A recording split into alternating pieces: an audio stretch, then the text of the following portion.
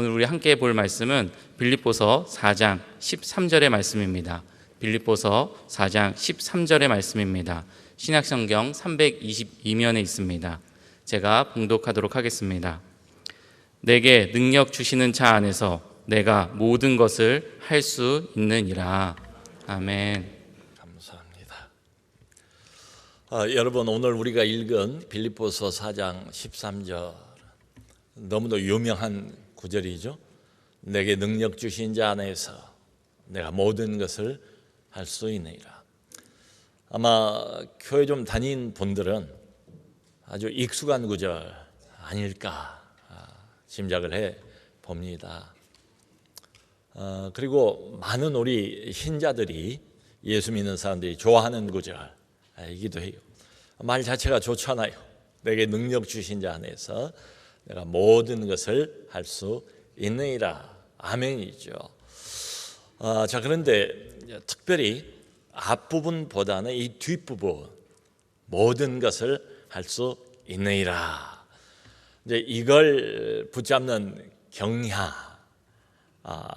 여기에 좀 집착하는, 머무르는 이런 경향도 있어요. 그러니까 이 구절이 참 어려운 현실, 어떤 문제 앞에 있을 때 용기도 주고 또 힘도 주고 그래요. 또 뭐 간단하잖아요. 길지 않은 구절이기 때문에 이걸 외우고 있는 분들도 적지가 않습니다. 또 어느 집에나 어디 사무실이나 가보면 큰 액자에다가 이 구절을 이렇게 써서 걸어놓고 있는 이런 광경도 어렵지 않게 볼 수가 있습니다. 자, 내게 능력 주신 자 안에서 내가 모든 것을 할 수 있느니라. 특별히 뒷부분, 우리가 좋아하는 그 부분, 내가 할 수 있다, 긍정적이잖아요. 소망을 다시 우리에게 갖게 해주는 이런 구절이기도 하고요. 그런데 이제 이런 질문을 한번 던져 봅니다. 과연 이 구절이 지금 실제로 내게 해당되는 구절인가? 난 이렇게 말할 수 있는가? 정직하게. 현실 생활에서 내가 이 구절 이대로 지금 실천하고 있는가? 내 삶에서 이게 날마다 구현이 되고 있는가? 특별히 뒷부분, 내가 모든 것을 할 수 있느니라.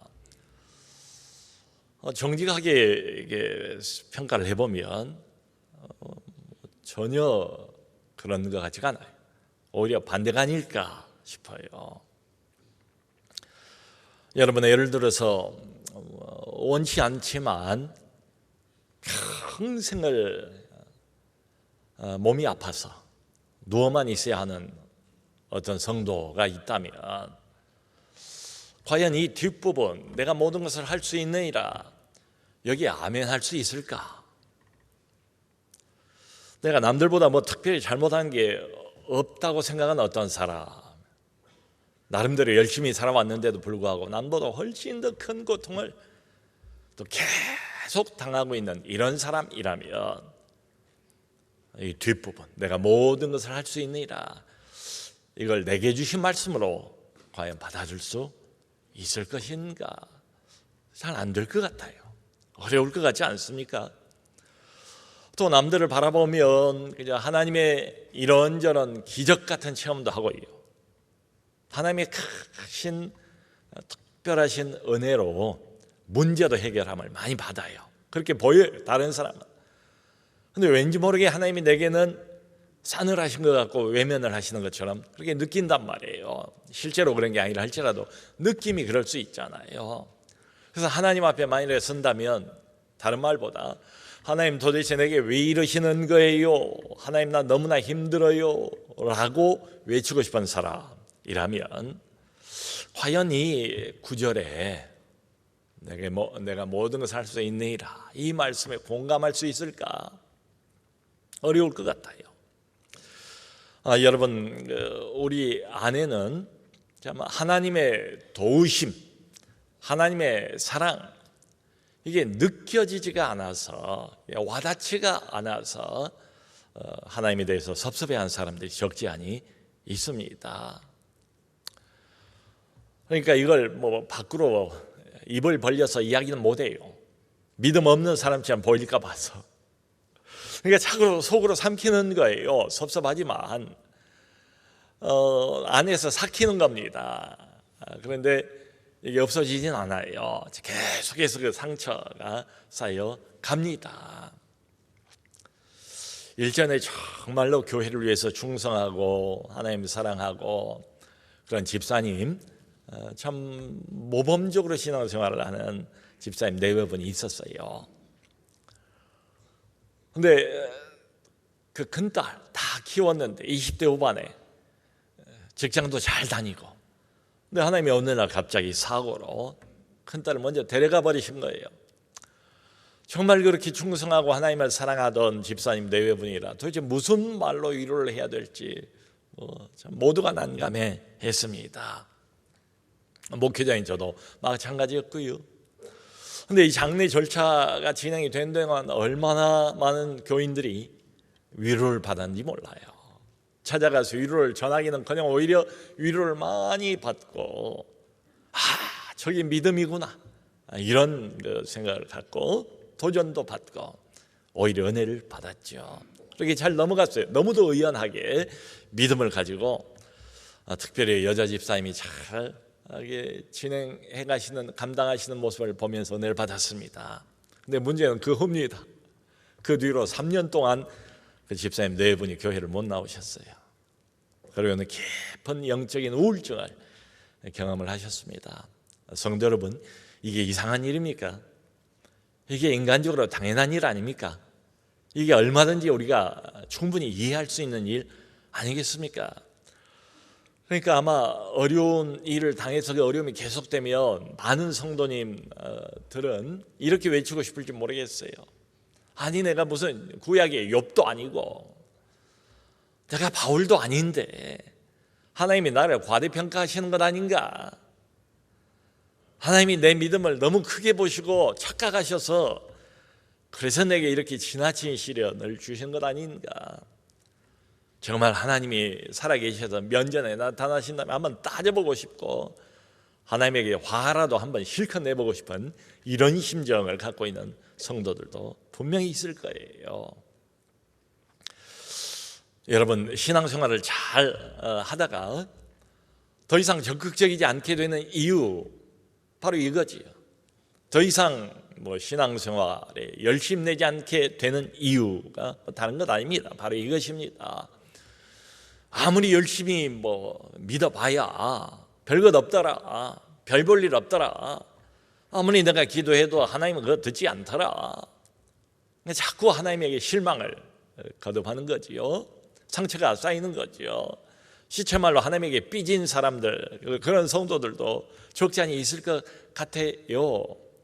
그러니까 이제는 여러 번 이렇게 본인이 섭섭함과 상처를 경험을 하다 보니까 하나님에 대한 기대 심리가 사라져 버렸어요. 기대 심리가 없는데 더 열심을 내기 어렵지요. 그러니까 하나님이 살아계시다는 건 내가 믿겠어요. 그런데 도대체 내 입장, 내 개인적인 사정 아는지 모르는지 외면하는 것처럼 보이는 그런 하나님, 그리고는 내게 일방적으로 충성하라고만 계속 강요하는 것처럼 느껴지는 그런 하나님. 그러면 하나님께서 부탁을 내게 하실 때에, 또 교회가 뭔가 부탁을 할 때에, 그 부탁을 받을 때에 마음에 이런 반감이 들지 않을까요? 겉으로 말은 안 한다 할지라도, 하나님, 도대체 내가 하나님에게 받은 게 있어야 드리지요. 하나님, 내게 자꾸 뭘 달라 해달라 하시는데 내가 받은 게 있어야 드리죠. 이러지 않을까? 그래서 이제 이렇게 결론을 내는 겁니다.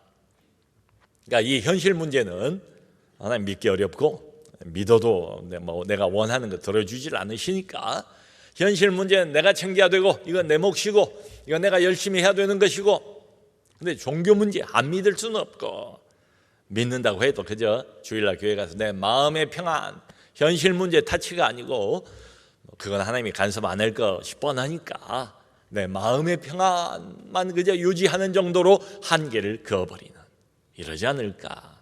그러니까 아주 교묘하게 편리하게 이중으로 분리를 해놓는 거지요. 신앙생활 따로, 현실생활 따로. 물론 하나님께서 이것을 기뻐하실 리가 없지요. 항상 현실 문제, 신앙 문제, 이것은 하나로, 한 덩어리로 통합이 되어 있어요. 그게 신앙생활입니다. 그게 정상적인 신앙생활 맞아요. 그 몇 년 전에 우리 교회에서 성경에 나오는 이제 일종의, 지금은 터키 지방이죠, 소아시아 지방, 거기에 이제 초대교회들이 여러 개가 있었어요. 그리 성지순례를 내려갔습니다. 저도 함께 동행을 했어요. 근데 가는 도중에 유럽 지역의 최초의 교회인 빌립보, 지금 빌립보사 아닙니까? 그 빌립보 도시를 방문을 했어요.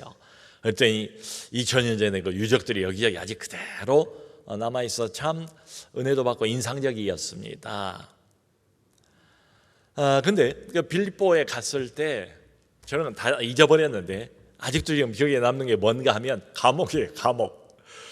빌립보에서 복음을 전했던 바울과 실라가 갇혔다는 그 감옥, 도시 외곽에 그 언덕바지에 이렇게 좀 올라가 보면 거기에 바울이 갇혔던 감옥 표시가 있어요. 여기 보면 땅 밑에 그 큰 구덩이, 지하 감옥이지요. 깊이 파인 구덩이, 여기가 바울과 실라가 갇혔던 바로 그 장소다. 이제 그걸 보고 또 마음에 감동을 받았습니다. 여러분, 바울이 2차 전도 여행 때 빌립보를 방문을 해서 교회를 세우거든요. 그리고 지금 빌립보서는 빌립보에서 신앙생활을 하고 있는 교인들에게 쓴 편지 아니겠습니까? 그게 빌립보서예요. 근데 쉽게 빌립보의 교회가 세워진 건 절대 아니었습니다. 바울과 실라가 들어가서 전도를 하자 계속 따라다니는 귀신 들린 여종 하나가 있었어요. 정말 귀신같이 잘 알아맞힌, 점을 쳐요, 이 여종이. 그러니까 이 여종을 통해서 그 여종의 주인은 돈을 많이 벌었대요. 그러니까 꽤 점괘가 상당히 정확하고 좀 소문이 난 이런 여종이었음이 분명합니다. 귀신의 힘을 빌려서 점을 쳐주는 이 여종. 그런데 바울과 실라를 계속 따라다니면서 괴롭히는 거예요. 이 여종이. 바울이 견디다 못해서 그 사도행전 보면 이렇게 외치지 않습니까? 예수 그리스도의 이름으로 명하노니 이 여자에게서 나오라. 그러니까 즉시로 귀신이 나오더라. 귀신 빠져나가니까 이 여종이 더 이상 능력이 없어져 버렸어요. 알아맞히지를 못해요. 점을 칠 수가 없어요. 이제 문제는 이제 주인의 돈벌이가 끊어져 버린 겁니다. 이 주인이 화가 나가지고 관청에다가 바울과 실라를 고발을 했어요. 끌려가서 옷을 벗겨가지고 매를 많이 맞았답니다. 그리고는 깊은 지하 감옥에다 쳐 넣었대요. 근데 깊은 지하 감옥에 들어가서 바울과 실라가 밤중에 자지도 않고 깨어서 기도하며 찬송했더라. 그게 나와 있잖아요. 여러분, 자, 하나는 빌립보 감옥입니다. 그리고 지금 이 편지는 바울이 어디에 쓰고 있는가 하면 로마 감옥이에요. 이 바울이라는 사람은 특별히 감옥하고 매우 이렇게 좀 친근한, 물론 제가 잘못해서 감옥에 들어간 건 아니지요. 주 예수의 복음을 전하다가 이런 고초를 당한 것 아니겠습니까? 빌립보 감옥, 로마 감옥. 그런데 여러분, 감옥이라는 장소가 어떤 데입니까? 우리가 짐작해 볼 수 있지 않습니까? 이 세상에서 가장 고통스러운 장소 중에 하나가 감옥이에요. 그러니까 감옥에서 먹을 거 다 주고 잠도 데워주고 그렇지만 누가 감옥 가기를 좋아하는 사람이 어디가 있습니까? 할 수만 있으면 안 가려고 하고 할 수만 있으면 나오려고 하고 그러지요. 감옥 안에 들어가 있으면 사람은 흔히 심리적인 한계를 느끼게 된대요. 어떤 심리적인 극한 상황, 극한 고통, 그게 감옥이에요. 근데 바울은 빌립보 감옥에서는 기도하고 찬송하고, 밤중에 일어나서 잠도 안 자고 기도하고 찬송하고, 로마 감옥 안에서는 지금 뭐라고 큰 소리로 외치고 있습니까? 내가 모든 것을 할 수 있느니라. 승리의 외침을 바울이 외치고 있잖아요. 그래서 이런 의문이 들어요. 이건 정말 감옥 안에 있는 사람이 할 법한 소리가 아닌데, 바울 이 사람은 도대체 어떤 사람이냐? 사람이 맞는가? 이 사람이 맞습니다. 그런데 보통 사람은 분명히 아니지요. 그러면 우리가 이런 생각할 수 있잖아요. 그래, 맞아. 이런 고백, 감옥 안에서도 기뻐하고 찬송하고 기도하고, 감옥 안에서도 내가 모든 것을 할 수 있느니라, 이렇게 자신 있게 큰 소리를 칠 수 있는 이런 사람, 이런 고백, 이건 보통 사람 못한다.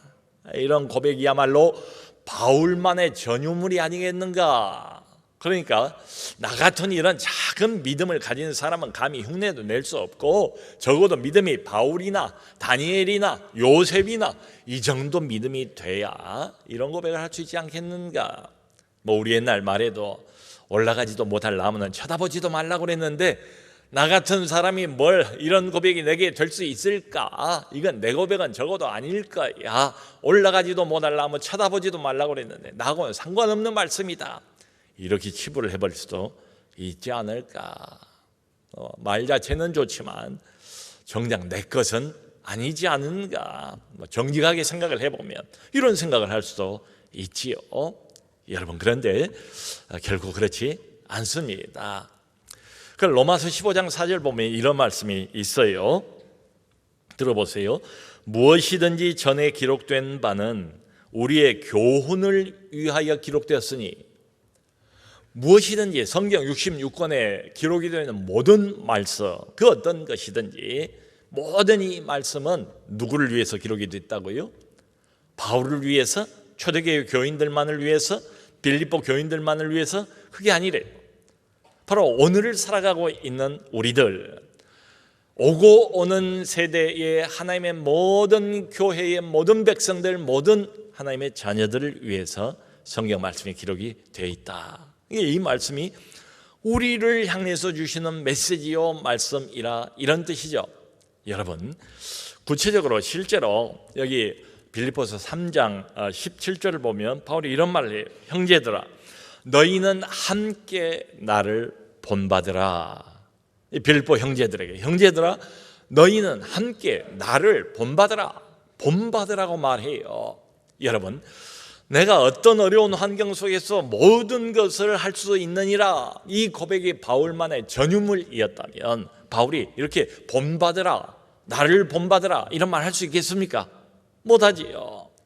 또 여기 빌립보서 4장 9절은 이런 말씀이 있어요. 너희는 내게 배우고 받고 듣고 본 바를 행하라. 빌립보 교인들에게 하는 말입니다. 직접적인 요구예요. 명령형입니다.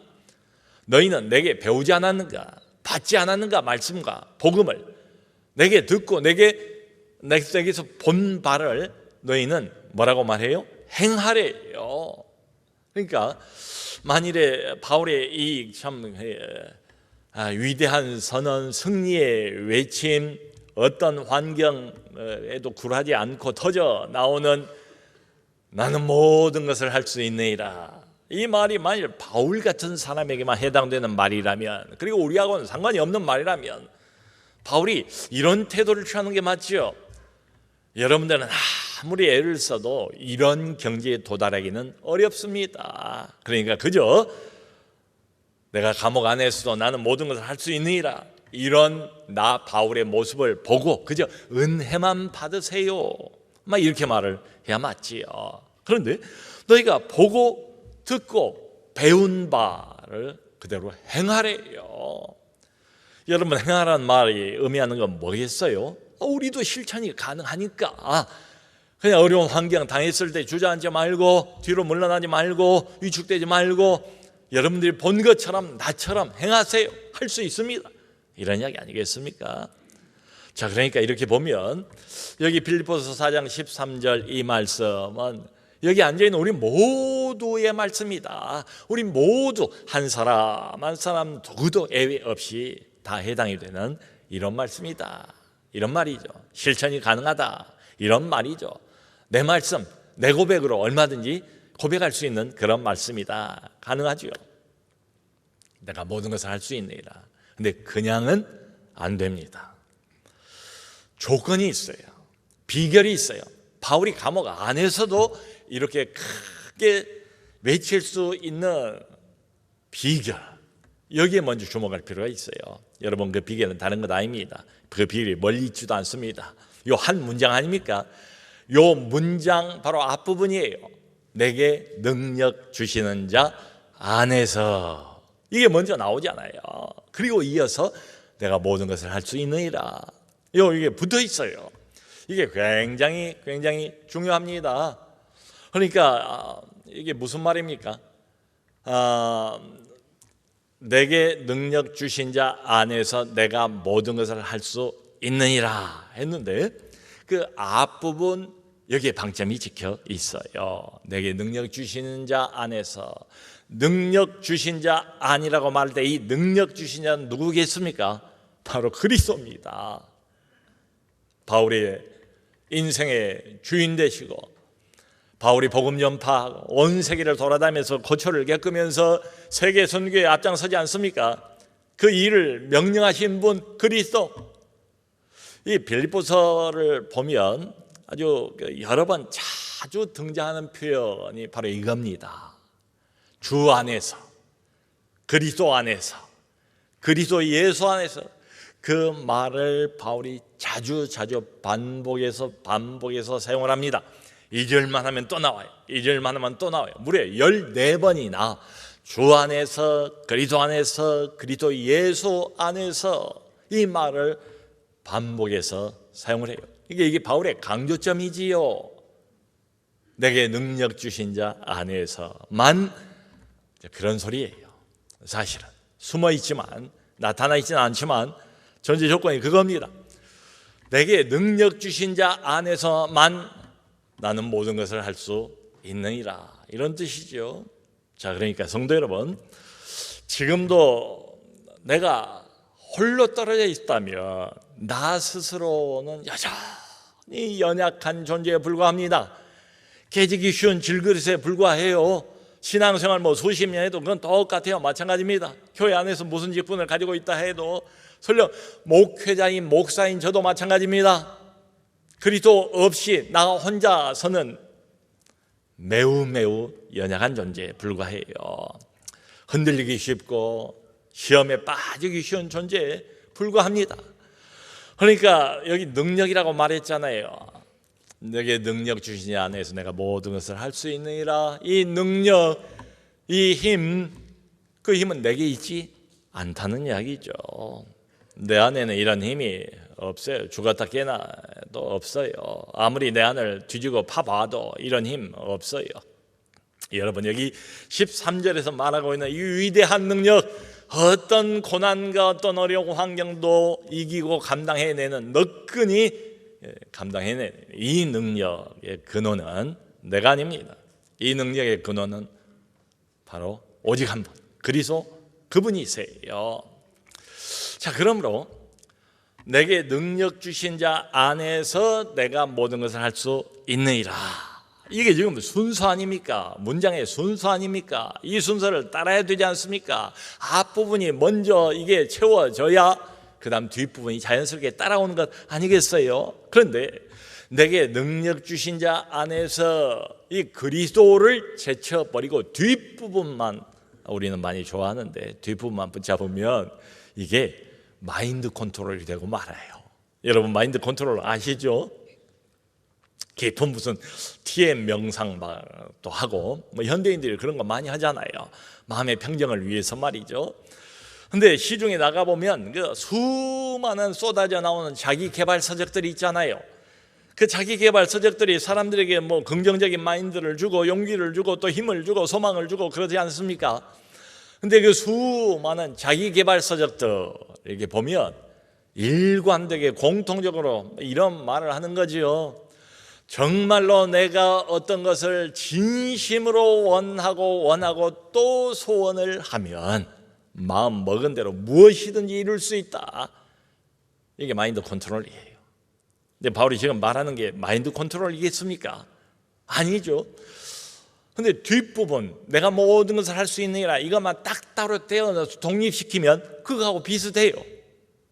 그러니까 마인드 컨트롤의 기독교적인 버전이 되고 말 겁니다. 그래서 이 한 구절은 항상 붙어서 같이 가야 돼요. 앞뒤가 내게 능력 주신 자 안에서 내가 모든 것을 할 수 있느니라. 그러니까 이 구절을 가만히 뜯어보면 사실 바울은 그 마인드 컨트롤이 하는 이야기하고는 정반대, 180도 반대 이야기를 하는 거지요. 그게 뭔가 하면 나 바울은 나 자신만의 힘으로는 결코 그리스도인의 삶을 살 수가 없다고 말하는 셈이에요. 내 힘만으로는 안 된다는 이야기예요.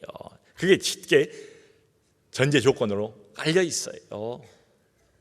그런데 그리스도 안에서는 완전히 달라진다. 그리스도 안에서는 이야기가 완전히 달라진다. 그리스도가 주체가 되면 완전히 다르다. 이 말을 하는 겁니다. 내가 그리스도 안에 있을 때, 그리스도가 내 인생의 진짜 주체가 될 때는 다르답니다. 필요하면 그리스도가 그럴 때는 내 지혜가 되어주세요. 필요할 때는 그리스도가 내 소망이 되어주세요. 그리스도가 내 사랑이 되어주세요. 어려운 문제 만나서 겁나고 마음이 그냥 왈칵 가라앉고 두려움이 엄습하고 이런 때도 얼마나 많습니까? 근데 필요할 때는 그리스도 안에 있으면 그리스도가 내 인생의 주체가 되면 그 그리스도가 내게 용기가 되어주세요. 담대함이 되어주세요. 내게 인내가 되어주세요. 그러니까 바울의 이 말은 이런 뜻입니다. 내게 필요한 모든 것을 그리스도가 다 공급하십니다. 이 말이에요. 그러므로 나는 그리스도 한 분만 있으면 족합니다. 그리스도 한 분으로 충분합니다. 이런 이야기입니다. 그러니까 요 빌립보서 4장 13절 내게 능력 주신 자 안에서 내가 모든 것을 다 할 수 있느니라.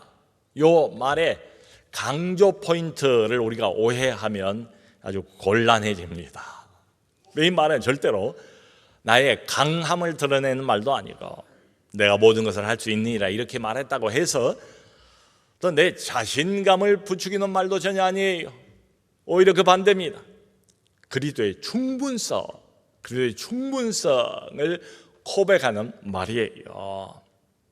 여러분, 어린아이가 무거운 물건을 들려고 낑낑 애를 쓰고 있습니다. 너무 무거워요. 힘이 딸려요. 혼자서는 도저히 못해요. 근데 그때에 힘센 아빠가 등 뒤로 가만히 와서 아이를 안는 것처럼 하고 아이 손을 붙잡고 그 물건을 잡고 올리면 뭐 아주 거뿐하게 어렵지 않게 들어올릴 수가 있지요. 그것과 같아요. 그리스도 안에 있으면 내가 달라진다. 그리스도 안에서는 못할 게 없다. 그리스도 안에서는 감옥이든지 어느 환경이든지 언제든지 나는 자족할 수 있다. 만족할 수 있다. 그 이야기예요. 자신감을 심어주기 위한 그런 고백이 아니고 말을 굳이 만들어 본다면 주님 주자, 주인 주자를 써서 주신감입니다. 자신감은 나를 믿는 거잖아요. 주신감은 주님을 믿는 거예요. 그 고백이 완전히 상반되는 내용입니다. 여러분 오래전에 그 영국의 런던 템즈 강변이 있잖아요. 그 템즈 강변에서 허름한 옷을 입은 한 늙은 노인 한 분이 지나가던 행인들 상대로 바이올린을 켜고 있었습니다. 그리고 그 노인 앞에는 모자가 놓여 있었지요. 근데 아무도 이 노인의 연주에 귀를 기울이는 사람은 없어요. 발걸음을 멈춘 사람도 없어요. 못 본 채 그냥 지나갈 뿐입니다. 그리고 아무도 가까이 와서 그 모자에다가 돈을 넣는 사람도 없었어요. 바이올린을 켜는데 보니까 노인이 손에 든 그 바이올린 여기저기 금이가 있어요. 뭐 누가 봐도 아주 오래된 낡은 별 볼 일 없어 보이는 초라한 바이올린입니다. 그리고 활을 켜는 노인의 손이 떨리는 겁니다. 그러니까 손이 떨리기 때문에 정확한 음을 내기도 어려워요. 이런 상황이었습니다. 근데 그때 길을 지나가던 어떤 외국인 신사 한 사람이 발걸음을 멈췄어요. 노인에게 다가갔습니다. 그게 노인에게 정중히 이렇게 이야기를 했습니다. 선생님, 그 선생님의 연주를 제가 듣기는 했지만 선생님께 드릴 돈이 지금 제 수중에는 없습니다. 그런데 저도 바이올린을 조금 다룰 줄 아는 사람입니다.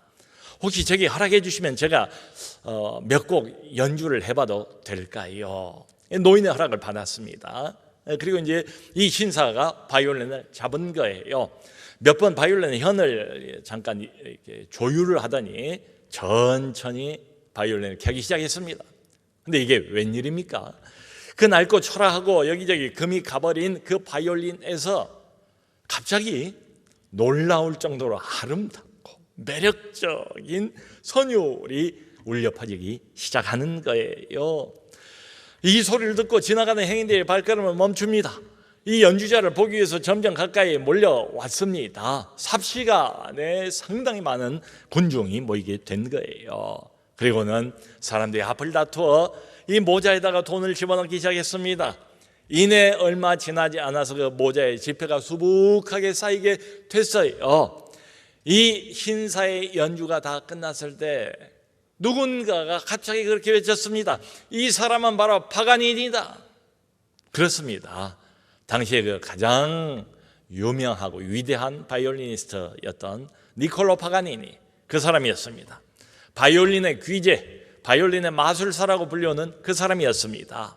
그러니까 여러분, 바이올린 자체는 낡고 여기저기 금이 가고 초라하고 흠이 많은 볼품없는 바이올린 맞아요.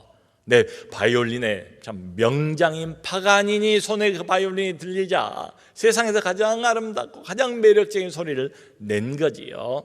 성도 여러분, 우리 인생이 이것과 똑같습니다. 우리 인생 자체만으로 보면 우리는 항상 연약한 질그릇, 별 볼 일 없고 여기저기 흠이 많고 하자가 많고 금이 가버린 그런 인생에 불과합니다. 그런데 우리의 인생이 주님 손 안에 들리면 내 인생의 진짜 주인이신 주님께서 하늘의 활을 가지고 내 인생의 바이올린을 켜기 시작하시면 정말 놀랍도록 아름답고 매력적인 소리가 누구의 인생에서든지 울려 나올 수 있다는 것이지요. 자, 그러므로 여러분, 내게 능력 주신 자 안에서 내가 모든 것을 할 수 있느니라. 방점은 뒤가 아니고 전반부입니다. 내게 능력 주신 자, 여기가 중요해요. 우리가 영적인 능력을 많이 사모하지 않습니까? 영적인 능력을 더 갖기를 원하지 않습니까? 근데 이 구절을 보면 영적인 능력이란 게 뭘까요? 이건 분명히 아니에요. 그리스도하고 상관없이 내가 내 위에 자꾸 뭔가 탁월한 능력을 쌓는 것, 그것을 영적인 능력이라고 하지 않습니다. 영적인 능력은 항상 내 안에 계시는 그리스도, 그분이 능력이세요. 내 안에 계신 그리스도, 그분만이 진정한 영적인 능력이세요. 성도 여러분, 참 예수 믿다가 이렇게 하나님에게 실망하고 섭섭한 마음을 갖고 또 낙심한 뭐 이런 성도들이 많이 계실 겁니다. 그래요. 그게 뭐 사실이에요. 그게 팩트예요. 우리가 열심히 신앙생활을 한다고 해서 갑자기 환경이 달라지지 않습니다. 또 우리가 열심히 기도한다고 해서 나를 미워하던, 나하고 좋지 않은 관계에 있던 어떤 사람의 마음이 삽시간에 바꿔지거나 움직이거나 그러지도 않아요. 그런데 우리가 정말 열심히 주님을 추구하고 주님을 사모하고 주님을 내 안의 주인으로 모셔드리면 뭐가 달라진가 하면 내가 달라져요. 내가 달라져요. 내가 달라진다고요. 상황은 그대로고 사람은 그대로고 근데 나는 달라집니다. 어떻게 달라집니까? 그리스도가 나를 지배하는, 바꿔지는 거잖아요. 그리스도가 나를 사용하는 그런 인생으로 달라지게 되는 거죠. 그러므로 사랑하는 성도 여러분, 예수 그리스도 그분이 항상 나와 함께 계시지 않습니까? 그 그리스도 안에 늘 머물기를 힘쓰십시오. 내 힘으로 신앙생활 못합니다. 내 힘으로 인생의 거대한 난제들, 난관들 돌파 못합니다. 근데 그리스도 안에서는 내가 모든 것을 할 수 있느니라 그렇게 외치고 있지 않습니까? 그리스도 안에서는 무엇이든 가능합니다.